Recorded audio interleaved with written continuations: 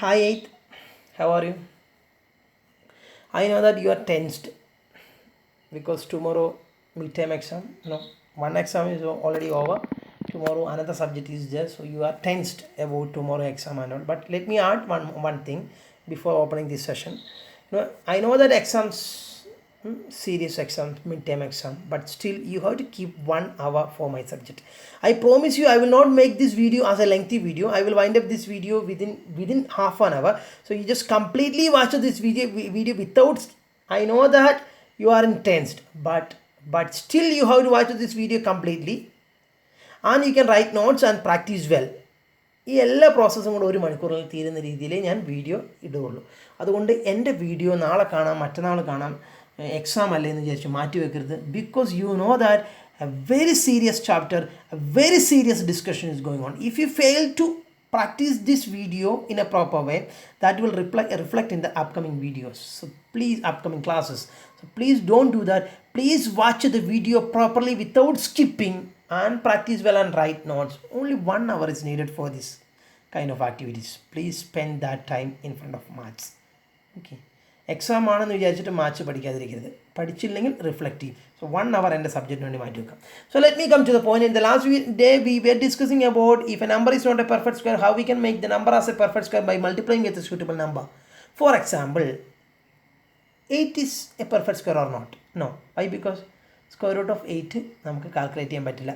But what about 36? 36 is a perfect square. Why? Because square root of 36 exists, that is 6.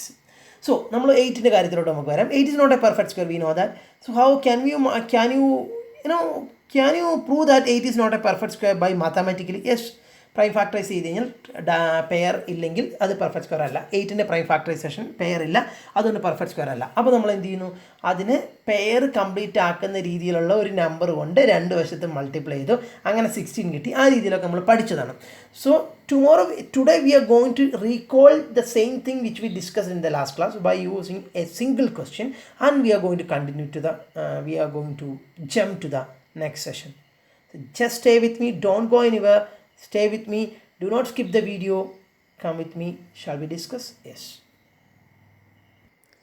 So this is your question. You can write this question in your notebook. Check 120 is a perfect square. If not, multiply. Here the operation we have to use is multiply. എല്ലായ്പ്പോഴും അത് തന്നെ ആവണമെന്നില്ല, അതുകൊണ്ടാണ് ഞാൻ specify ചെയ്ത് പറയുന്നത്. If not, multiply 120 with a suitable number and make as a perfect square. അപ്പോൾ question answer നമുക്ക് നോക്കാം.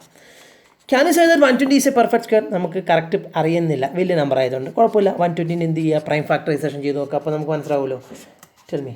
I am not going to explain why I selected 2. You know that.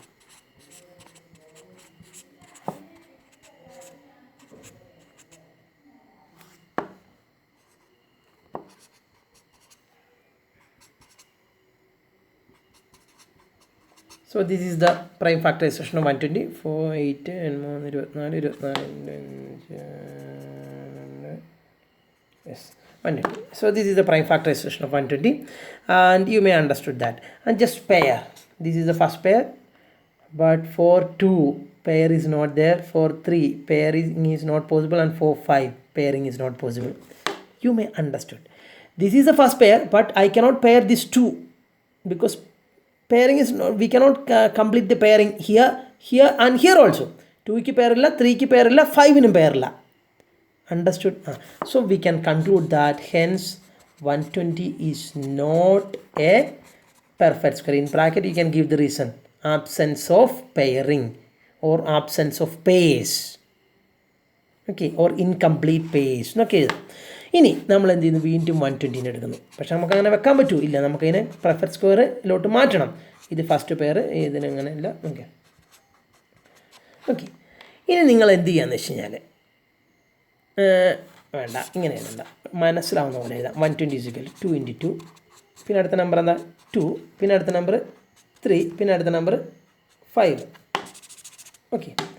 അപ്പം നിങ്ങൾ വിചാരിക്കും, സാർ 2 × 2 × 2 ഇവിടെ അടുപ്പിച്ച് സാർ എഴുതി ഇതുപോലെ തന്നെ, പക്ഷേ 3ക്കും 5നും ഇടയിൽ ഗ്യാപ്പ് കിട്ടുന്നത് എന്താണ്? അത് ഞാനിപ്പോൾ പറയാം. ഇതിപ്പോൾ ഞാൻ എന്താണോ മുകളിലുള്ളത് അത് അതുപോലെ എഴുതി, ഇവിടെ ഇച്ചിരി ഗ്യാപ്പ് ഇട്ടിട്ടുണ്ട്, അതിൻ്റെ കാര്യം ഞാൻ പറഞ്ഞുതരാം.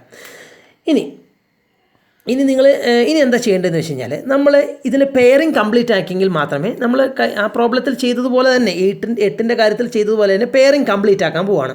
അപ്പോൾ ഈ 2ന് പെയറിങ് കംപ്ലീറ്റ് ആക്കണമെങ്കിൽ ഇവിടെ ഒരു *2 കൂടെ വേണം. അപ്പോൾ ഞാൻ *2 ഇവിടെ എക്സ്ട്രാ ആഡ് ചെയ്തു. അപ്പോൾ നിങ്ങൾക്ക് ഇത് വേറൊരു ഇങ്ക് കൊണ്ട് എഴുതാം, അല്ലെങ്കിൽ പെൻസിൽ കൊണ്ട് എഴുതാം, അല്ലെങ്കിൽ എഴുതിയിട്ട് ഒരു അടിയിൽ ഒരു വര ഇടാം. ഇത് നമ്മൾ എക്സ്ട്രാ ഇൻറ്റു ചെയ്തിട്ട് പെയറിങ് കംപ്ലീറ്റ് ആക്കാൻ വേണ്ടി ചെയ്തതാണ്. അത് എവിടെ എന്താണോ റൈറ്റ് സൈഡിൽ ചെയ്തത് അതേ ഓപ്പറേഷൻ ലെഫ്റ്റ് സൈഡിലും ചെയ്യണം. *2 അല്ലേ ചെയ്തത്, *2 ഇനി അടുത്തത്. അപ്പോൾ അത് പെയറായി. ഇനി 3ക്ക് പെയറിന് കിട്ടാൻ ഒരു *3 ചെയ്തു. അപ്പോൾ *3 റൈറ്റ് സൈഡിൽ ചെയ്ത് അത് പെയറാക്കി. ഇതാണ് ഞാൻ എക്സ്ട്രാ ആഡ് ചെയ്തത്. ആ *3 ലെഫ്റ്റ് സൈഡിലും ചെയ്യണം. ഇനി ഇവിടെ ഒരു *5 ചെയ്യും. അപ്പോൾ അവിടെ പെയറായി. ഇതാണ് ഞാൻ ചെയ്തത്. ആ *5 ലെഫ്റ്റ് സൈഡിലും ചെയ്യണം. എന്തൊക്കെ റൈറ്റ് സൈഡിൽ ചെയ്തോ ലെഫ്റ്റ് സൈഡിലും അത് മസ്റ്റായിട്ടും ചെയ്യണം. ഇനി ലെഫ്റ്റ് സൈഡ് ഒന്ന് മൾട്ടിപ്ലൈ ചെയ്ത് നോക്കി. 120 × 2 240. 240 × 3 എന്താ? 240 × 3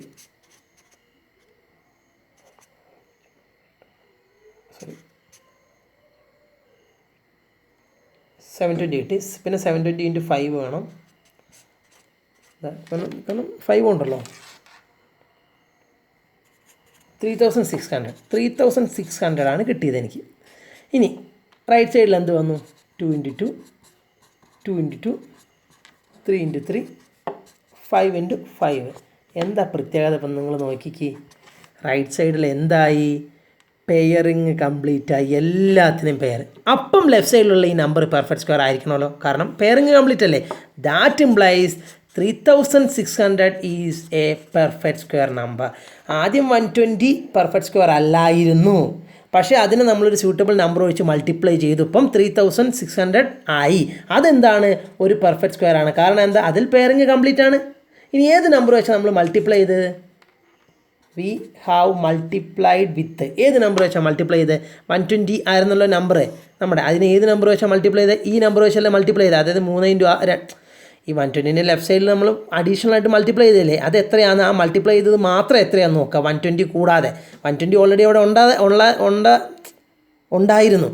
അതിൻ്റെ കൂടെ നമ്മൾ എക്സ്ട്രാ മൾട്ടിപ്ലൈ ചെയ്തത് 2 വെച്ചും 3 വെച്ചും 5 വെച്ചാണ്. അതായത് 2 × 3 6 6 × 5 30. സോ വി ഹാവ് മൾട്ടിപ്ലൈഡ് 120 വിത്ത് 30. അല്ലേ മക്കളെ? യെസ്. അങ്ങനെയാണ് നമുക്ക് 3600 കിട്ടിയത്. ഇത് 30 വെച്ച് ഇങ്ങനെ ഇത് വെച്ച് മൾട്ടിപ്ലൈ ചെയ്യാൻ കാരണം ഇവിടെ പെയറിങ് കംപ്ലീറ്റ് ആക്കാൻ വേണ്ടിയിട്ട്. അപ്പോൾ 3600 is a perfect square. We have multiplied with 30 in order to make it as 3600.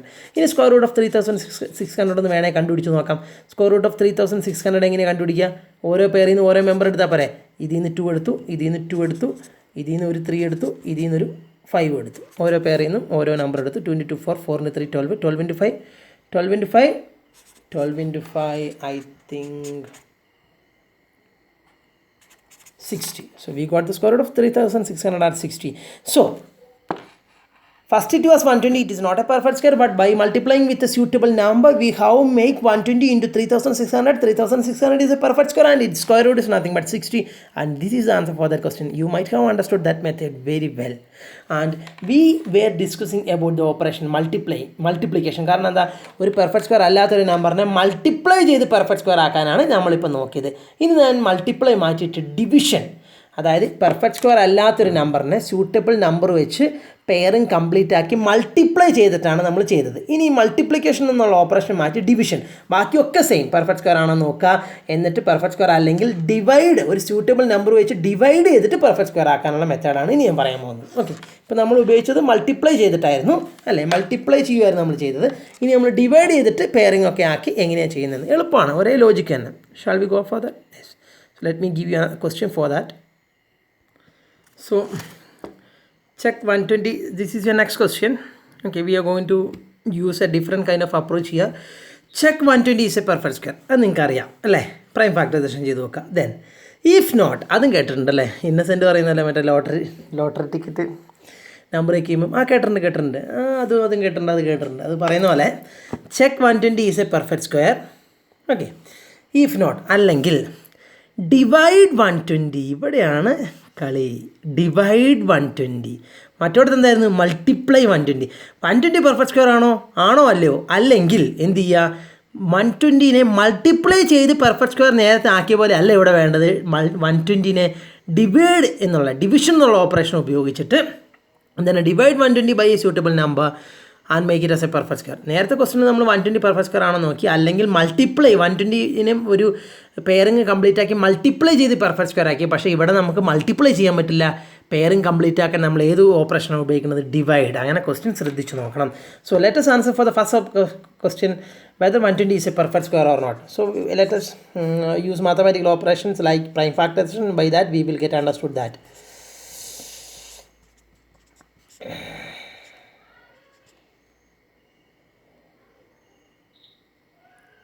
So we got 120 as 2 into 2 into 2 into 3 into 5. Any problem? Okay. So this is what is prime factorization. Let us Let us pair. Pairing is not complete, so we can conclude that since pairing is not complete, 120 is not a perfect square. So then it is a time to make 120 as a perfect square by dividing by a suitable number. So just write that as it is. 2 into 2 pair ഉണ്ട്. 2 into 3 into 5. ഇനി എന്ത് ചെയ്യണമെന്ന് അറിയാം നിങ്ങൾക്ക്? വളരെ സിമ്പിളാണ്. ഇവിടെ multiplication ഉപയോഗിക്കാൻ പറ്റുമോ? ഇല്ല. മൾട്ടിപ്ലിക്കേഷൻ ഇവിടെ ഉപയോഗിക്കാൻ പറ്റില്ല. ഉപയോഗിക്കാൻ പറ്റിയാണെങ്കിൽ ഇവിടെ ഒരു 2 വെച്ച് മൾട്ടിപ്ലൈ, ഇവിടെ ഒരു 3 വെച്ച് മൾട്ടിപ്ലൈ, ഇവിടെ ഒരു 5 വെച്ച് മൾട്ടിപ്ലൈ, അതേപോലെ തന്നെ ലെഫ്റ്റ് സൈഡിലും അതേ നമ്പർ കൊണ്ട് മൾട്ടിപ്ലൈ, അതോടെ കഴിഞ്ഞ പരിപാടി. പക്ഷേ ഇവിടെ ഡിവിഷനാണ്. അപ്പോൾ ഡിവൈഡ്, രണ്ട് വശത്തും ഡിവിഷൻ ഉപയോഗിക്കണം. റൈറ്റ് സൈഡിൽ ഡിവൈഡ് ചെയ്യും, ലെഫ്റ്റ് സൈഡിൽ ഡിവൈഡ് ചെയ്യണമല്ലോ, ഡിവിഷൻ. ഇനി നോക്കാം.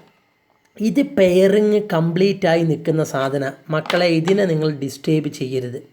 കാരണം അത് പെയറിങ് ആയിട്ട് നിൽക്കും. നമുക്കിതിനെ എങ്ങനെയാണേലും പെർഫെക്റ്റ് സ്ക്വയർ ആക്കണമെങ്കിൽ പെയറുകൾ വേണമല്ലോ. മനസ്സിലായില്ല? പെയറുകൾ ഉണ്ടെങ്കിൽ പെർഫെക്റ്റ് സ്ക്വയർ ആണല്ലോ. അപ്പോൾ ഈ പെയറിനെ നിങ്ങൾ ഡിസ്റ്റേബ് ചെയ്യേണ്ട കാര്യമുണ്ടോ? ഇല്ല. ബാക്കി പെയർ ഇല്ലാത്ത കിടക്കുന്ന നമ്പർ ഏതൊക്കെയാണ്? E2, E3, E5. ആ പെയർ ഇല്ലാതെ കിടക്കുന്ന നമ്പർ കൊണ്ട് ആണ് നമ്മൾ റൈറ്റ് സൈഡിലും ലെഫ്റ്റ് സൈഡിലും ഡിവൈഡ് ചെയ്യാൻ പോകുന്നത്. ഇവിടെ പെയർ ഇല്ലാതെ കിടക്കുന്ന നമ്പർ ആദ്യത്തെ നമ്പർ ഏതാ? 2. ഇവിടെ പേരില്ലാതെ കിടക്കുന്ന രണ്ടാമത്തെ നമ്പർ ഏതാ? എത്ര പേരില്ലാണ്ട് കിടക്കുന്ന നമ്പർ ഉണ്ടോ അത്. ഇനിയിപ്പോൾ ഒരു എണ്ണം മാത്രമേ പേരില്ലാണ്ട് ഉള്ളൂ എങ്കിൽ അതുകൊണ്ട് മാത്രം ഡിവൈഡ് ചെയ്യുക. ഇവിടെ 3ക്കും പേരില്ല, 5നും പേരില്ല. അപ്പോൾ 2 കൊണ്ടും 3 കൊണ്ടും 5 കൊണ്ടും ഇതിനെ ഡിവൈഡ് ചെയ്യണം ഇടയ്ക്ക്. അപ്പം ഇതിന്, അതായത് ഒന്നുകൂടെ പറയുന്നു, റൈറ്റ് സൈഡിൽ പേരില്ലാണ്ട് കിടക്കുന്ന നമ്പർ ഏതൊക്കെയാണ്? 2ഉം 3ഉം 5ഉം. അപ്പോൾ 2 കൊണ്ട് ഡിവൈഡ് ചെയ്യണം, 3 കൊണ്ട് ഡിവൈഡ് ചെയ്യണം, 5 കൊണ്ട് ഡിവൈഡ് ചെയ്യണം. ഈ നമ്പർ എഴുതുമ്പോൾ അതിൻ്റെ ഇടയ്ക്കുള്ള ഓപ്പറേഷൻ മൾട്ടിപ്ലിക്കേഷനാക്കി എഴുതണം. കാരണം നിങ്ങൾക്ക് മനസ്സിലായോ? ഡിവിഷൻ നമ്മൾ രണ്ട് സൈഡിലും ഡിവൈഡ് ചെയ്യുന്നു. ഇവിടെ പെയറില്ലാണ്ട് കിടക്കുന്ന, പെയറുള്ളതിന് നമ്മൾ ആലോചിക്കുക വേണ്ട, പെയറില്ലാണ്ട് കിടക്കുന്നത് 2 ആണ്. ഓക്കെ. അപ്പോൾ മൾട്ടിപ്ലൈ ചെയ്യാനായിരുന്നെങ്കിൽ നമ്മൾ ഇവിടെയൊക്കെ 2ഉം 3ഉം 5ഉം വെച്ച് മൾട്ടിപ്ലൈ ചെയ്ത് പെയർ ആക്കുമായിരുന്നു. ഇവിടെ മൾട്ടിപ്ലിക്കേഷൻ പറ്റാത്തതുകൊണ്ട് ഡിവിഷനാണ് വേണ്ടത്. അപ്പോൾ ലെഫ്റ്റ് സൈഡിലും റൈറ്റ് സൈഡിലും ഡിവിഷൻ സിമ്പിൾ ഇട്ടും.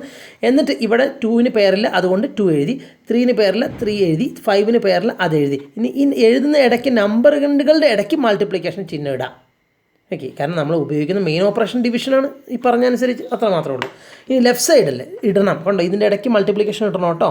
കാരണം 3 നമ്പർ വെറുതെ എഴുതി വെക്കാൻ പറ്റില്ല, അത് ജോയിൻ്റ് ആണെന്ന് കാണിക്കാനാണ് നമ്മൾ മൾട്ടിപ്ലിക്കേഷൻ ഉപയോഗിക്കുന്നത്. അപ്പോൾ ഇവിടെ നമ്മൾ 2 into 3 into 5 കൊണ്ട് ഡിവൈഡ് ചെയ്തുകൊണ്ട് ലെഫ്റ്റ് സൈഡിലും 2 into 3 into 5 കൊണ്ട് ഡിവൈഡ് ചെയ്യുന്നു.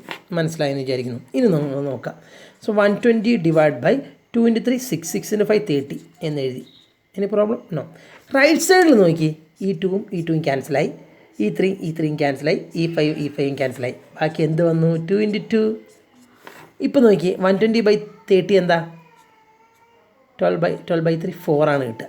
120/30 0 ക്യാൻസലായി, 12/3 എന്നാൽ 4 ആണ്. 4 = 2 into 2. ഇപ്പോൾ കിട്ടിയ 4 ഒരു പെർഫെക്റ്റ് സ്ക്വയർ അല്ലേ? കാരണം എന്താ? 4 എന്ന് വെച്ചാൽ പെയറിങ് കംപ്ലീറ്റ് ആയിട്ടാണ് ഈ 4 നിൽക്കുന്നത്. അപ്പോൾ 4 പെർഫെക്റ്റ് സ്ക്വയർ അല്ലേ? Yes. Now 4 is a perfect square ആയിട്ട് കിട്ടി. 120 പെർഫെക്റ്റ് സ്ക്വയർ അല്ലായിരുന്നു. 120ന് ഒരു സ്യൂട്ടബിൾ നമ്പർ ആയിട്ടുള്ള എന്തുകൊണ്ടാണ് ഡിവൈഡ് ചെയ്ത് ശരിക്കും നമ്മൾ 30. സോ എന്താണ്?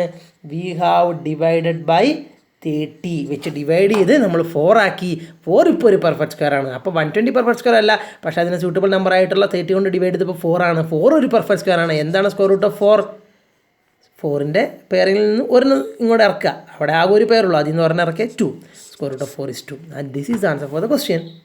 You might have understood, no? Very simple question, and it is filled with a vast concept, you know. And when you are doing this kind of question, you have to be alert, because mistake can happen in between. So you have to be alert. This is the question, and you may have understood it, isn't it? And since I'm considering your exams, I'm going to wind up this video, and only we discussed a very few concepts through this video session. So please practice it well, and let me tell you one thing, next video will be a lengthy video. Okay, ഇത് ഞാൻ തുടക്കത്തിൽ എക്സാമിൻ്റെ ഒരു seriousness ഒക്കെ നിങ്ങൾ വന്നുള്ളതുകൊണ്ടാണ് ഞാനിത് ചുരുക്കുന്നത്. അടുത്ത video നമ്മൾ ലെങ്തി ഹാഫ് ആൻ അവർ എന്തായാലും ഉണ്ടാവും.